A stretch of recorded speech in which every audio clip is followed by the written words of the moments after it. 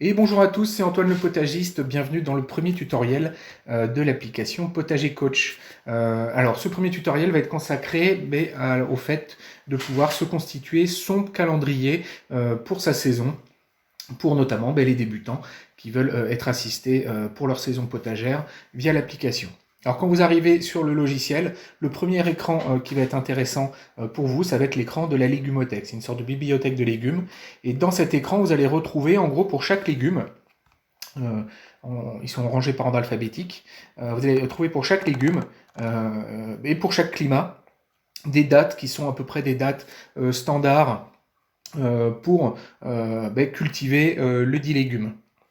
Alors il y a toujours moyen d'aller chercher des dates un peu avant ou un peu après, mais là vraiment l'idée c'est de proposer des itinéraires qui soient vraiment standards pour une saison normale pour un jardinier un peu motivé.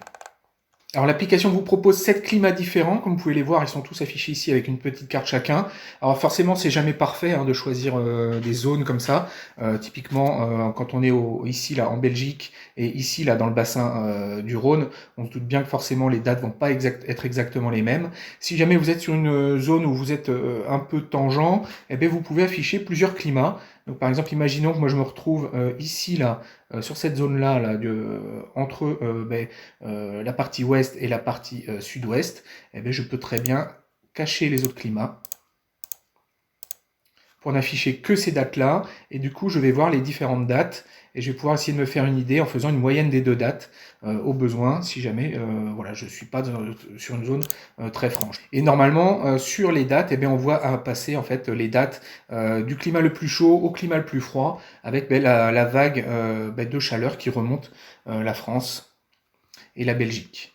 Donc là, vous voyez, pour les différents légumes, on voit les différentes dates qui avancent. Et à l'inverse, à l'automne, on va avoir des dates qui vont reculer puisque les climats trop chauds vont commencer à souffrir de la chaleur et ils vont devoir planter plus tôt. Donc dans cet écran, vous allez pouvoir, comme je vous l'ai montré, filtrer sur les différents climats. Vous pouvez également filtrer sur les légumes. Il y a 3 types en fait de cultures, les légumes, les aromatiques et les petits fruits. Pour n'afficher que les aromatiques par exemple et les petits fruits. Là voilà, je lui dis d'afficher que les aromatiques. Je peux également chercher un légume directement, tomate. Et ici, j'ai une légende qui m'indique à quoi correspond la couleur affichée dans les cases. Et on va avoir en gros 2 types de légumes. Donc les légumes qu'on va planter directement en pleine terre au potager, qui vont être généralement représentés par une case marron comme ça. Donc un semis en extérieur, un semis en pleine terre. Quand je clique sur une case comme ça, je peux voir le détail de la culture, avec donc les espacements à respecter pour la culture, la profondeur de semis, à quelle durée de levée je peux m'attendre, et puis entre quelle date et quelle date je peux récolter. Et à tout moment, je peux me rajouter cette culture dans mon jardin, soit en gardant les dates qui sont indiquées à ce moment-là, soit en disant c'est quelque chose que je viens de faire aujourd'hui, je veux que tu me le rajoutes à la date d'aujourd'hui. Donc là, je vais mettre en gardant les dates, hop, et là, du coup, dans la colonne Mon jardin, ici, c'est rajouté l'ail blanc que je viens de me rajouter à l'instant, que j'ai repris de ce climat-là. L'autre type de culture, ça va être les cultures comme ça en 3 étapes, avec un semis en intérieur dans des petits godets, qu'on va repiquer ensuite, souvent généralement dans des godets un peu plus grands, pour après une plantation en pleine terre. Alors là, souvent, il y a beaucoup de légumes où ça se passe par rapport au sein de glace, donc le 1er mai pour la Méditerranée jusqu'au 20 mai pour les climats de moyenne altitude. Et là, de la même manière, quand je clique dessus, je vais avoir le détail de tout le semis. Donc voilà, un semis en terrine, en minimote ou en alvéole, avec une profondeur de semis d'1,5 cm, levé autour de 8 jours.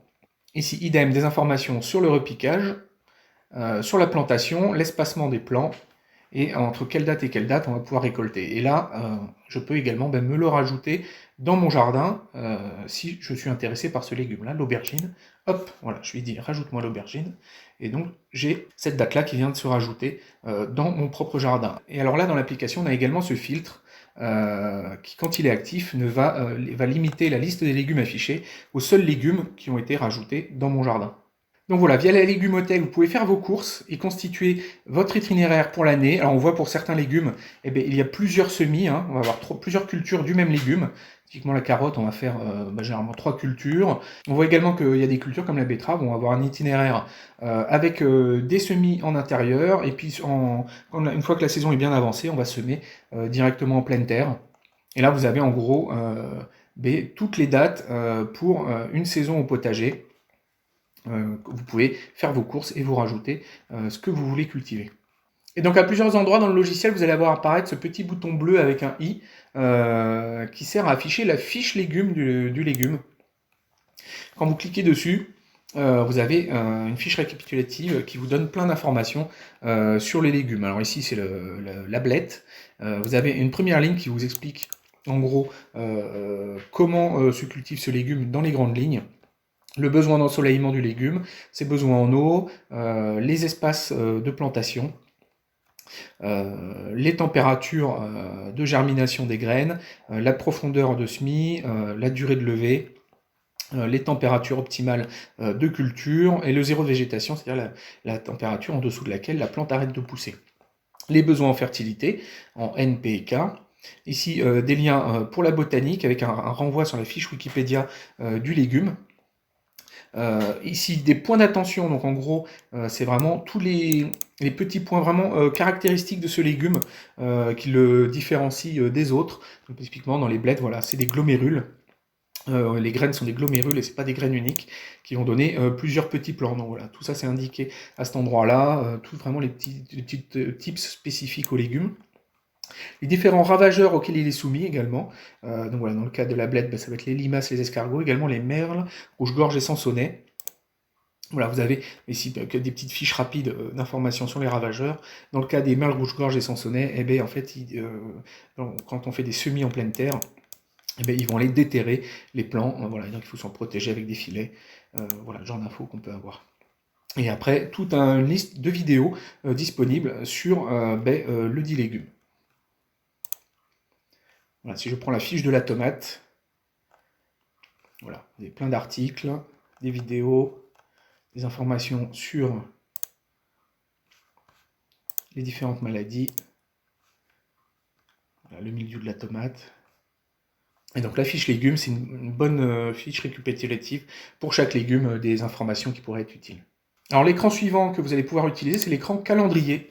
Le calendrier va reprendre en fait les mêmes données que l'on vient de voir là, mais affichées sous forme d'un calendrier mois par mois. Alors là, par exemple, je serai en mars 2023, et donc dans l'Ouest, en mars 2023, voilà en gros toutes les dates qu'il va falloir faire, puisque à chaque fois, sur un même itinéraire, sur un même légume, il va y avoir par exemple un semis, un repiquage.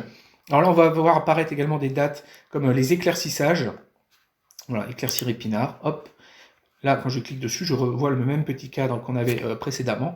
Et là, ça me dit, par exemple, que sur ma culture d'épinards, je faisais un semis en pleine terre le 15 mars, et que après, une fois que ça a germé, au bout de 9 jours, les plants vont être trop serrés. Et donc, le 30 mars, donc 15 jours après, c'est-à-dire 6 jours après la levée, ça sera encore un peu mieux développé, je passe une première fois pour éclaircir ma culture et ne laisser un plan que tous les 10 cm.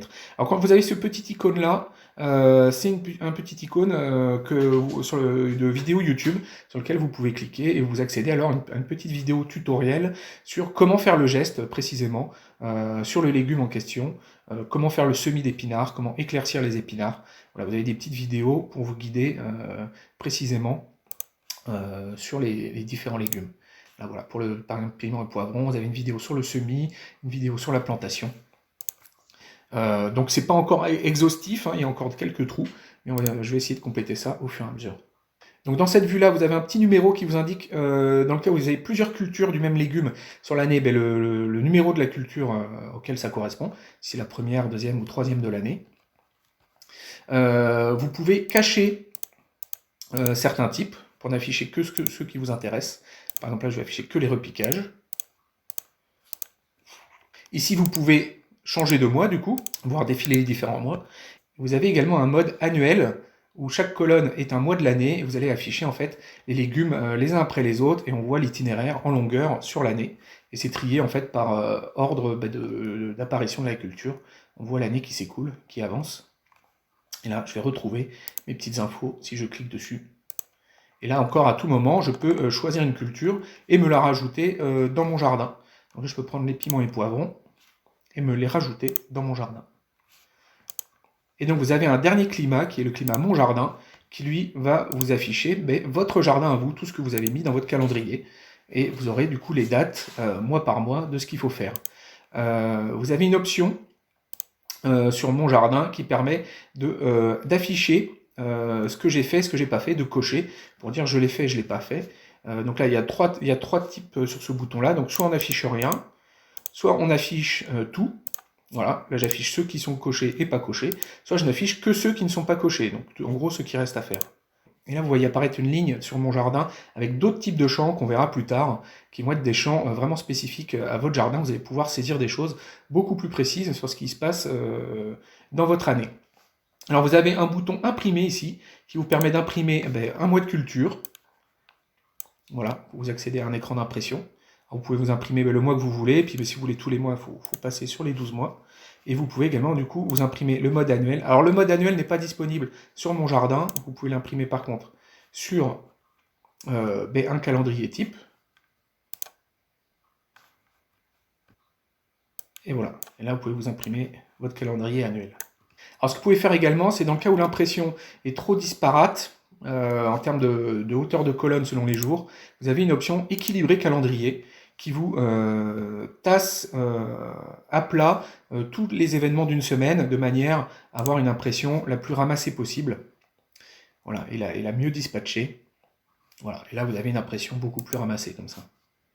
Voilà, je suis passé sur mes propres données, mon plan du jardin. Imaginons que je me rajoute une culture de carottes du climat du coup du sud-ouest au 5 mai dans mon potager. Voilà, je clique sur le 5 mai et je lui dis de me le rajouter en gardant les dates. Hop, et voilà, il me l'a rajouté au 5 mai 2023.